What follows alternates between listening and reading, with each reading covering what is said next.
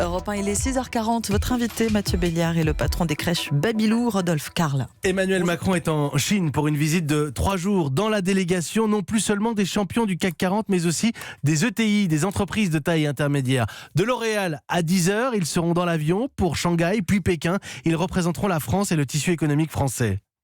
Et votre invité fait partie de cette délégation de 70 entreprises. C'est une première pour eux. Rodolphe Karl est le cofondateur, coprésident donc du réseau de crèches Babylou. Bonjour Rodolphe Karl. Bonjour. Alors, ce voyage avec des entreprises du CAC 40 dans la délégation, mais cette fois, des entreprises de taille intermédiaire, des PME, des producteurs, des éleveurs. Vous n'allez pas vous plaindre évidemment de cette démarche du président de la République, mais en pratique, ça change quoi ? Pour nous, c'est extrêmement important d'avoir cette visibilité vis-à-vis de nos partenaires chinois, parce que nous annonçons cette semaine notre l'entrée de Babylou sur le marché chinois. Et vous savez à quel point la Chine est attachée au respect et aux valeurs de confiance, et d'avoir la plus haute représentation de l'État qui soutient notre plan de développement en Chine. C'est extrêmement important vis-à-vis de nos partenaires et pour notre futur développement sur le territoire chinois.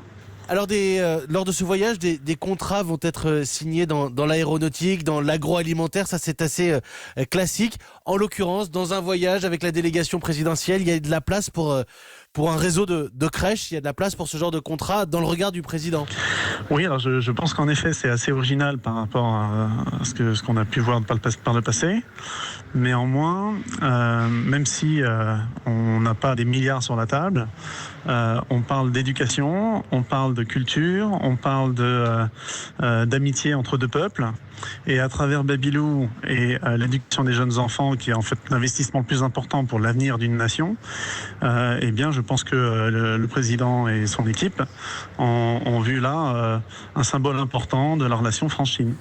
Il était peut-être temps côté français qu'on s'intéresse à ces entreprises de taille intermédiaire, à ces PME. D'autres pays pratiquaient déjà ce genre de délégation assez large. Dans l'avion, est-ce qu'il y a de la place pour tout le monde ? Vous allez vous retrouver entre L'Oréal, BNP Paribas, d'autres entreprises du CAC 40, et puis Deezer, la plateforme d'écoute de musique numérique, ou encore des éleveurs de vaches charolaises. Comment on se situe entre les deux ? Vous savez, on est une équipe d'entrepreneurs qui essaie de représenter la réalité de l'économie française. Et l'économie française a une fierté d'avoir des grands champions mondiaux qui sont le CAC 40 ou le SBF 120. En fait, il y a aussi une réalité, c'est les jeunes entreprises, les petites entreprises de tous secteurs confondus. Et moi, je suis très honoré de faire partie de cette délégation, mais surtout admiratif du fait que le président ait pris soin de représenter l'ensemble de l'économie française. Mais par rapport aux autres entreprises, il y a une première classe avec L'Oréal et BNP Paribas et une deuxième classe pour vous. Comment ça se passe ? Non. On est tous dans les mêmes avions et il n'y a pas de hiérarchie entre guillemets. C'est une culture qu'il faut changer, qui est en train de changer, et ça vous le saluez, je le sens bien. Ouais. Vous avez révisé votre chinois ? Non, malheureusement, non. Par contre, j'ai invité mon interprète parce que on a besoin vraiment d'une parfaite compréhension de nos échanges sur place. Et non, moi, j'ai pas le bonheur de parler chinois. Mais bon, je parle d'autres langues. Juste d'un mot pour que nos auditeurs situent bien votre réseau de crèches Babylou, avec tout un tas de notions qu'on peut très bien comprendre, de croissance démographique en Chine, de politique de la natalité qui évolue. Il y a des leviers de croissance monumentaux pour vous. Oui, tout à fait. On a une aventure entrepreneuriale familiale avec mon frère qui a démarré en 2003.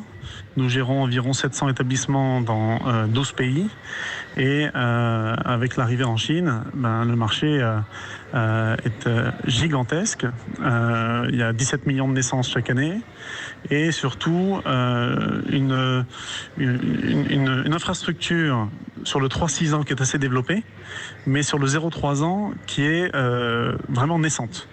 Et c'est là tout l'intérêt de notre partenariat avec Grace Preschool Education, qui est notre partenaire chinois, puisque on va accélérer sur le 0-3 ans en apportant l'expertise française et notre savoir-faire. Parce que la France est un des pays les plus expérimentés sur le 0-3 ans, puisque la crèche ne couvre que cette tranche d'âge. Et donc, avec l'Inde et les 10 autres pays que nous avons, nous couvrons désormais un tiers des naissances mondiales sur nos marchés. ce qui nous donne des perspectives de croissance colossales. Et on a une mission qui est de contribuer à un monde meilleur demain par l'éducation des jeunes enfants. Déjà pour un tiers de la population mondiale, on va pouvoir faire beaucoup de choses. Je tenais à ce qu'on puisse en dire un mot, hein. Il ne s'agit pas que d'économie, même si c'est important. Vous allez pouvoir tenir ce discours, en tout cas échanger à ce propos avec le président de la République. Ah oui, oui, on a des temps prévus pendant les 3 jours avec le président. Je sais qu'il est déjà très sensibilisé au sujet, mais c'est important pour moi, et le symbole qu'on soit présent est très fort.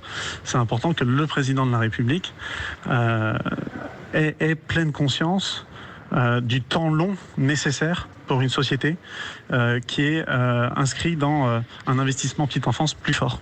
Investir aujourd'hui sur les 1000 premiers jours de la vie, c'est pour une société meilleure dans 15-20 ans. Merci Rodolphe Karl. Il me reste à vous souhaiter un bon voyage avec le président, un bon voyage dans cette délégation officielle vers la Chine. Merci beaucoup.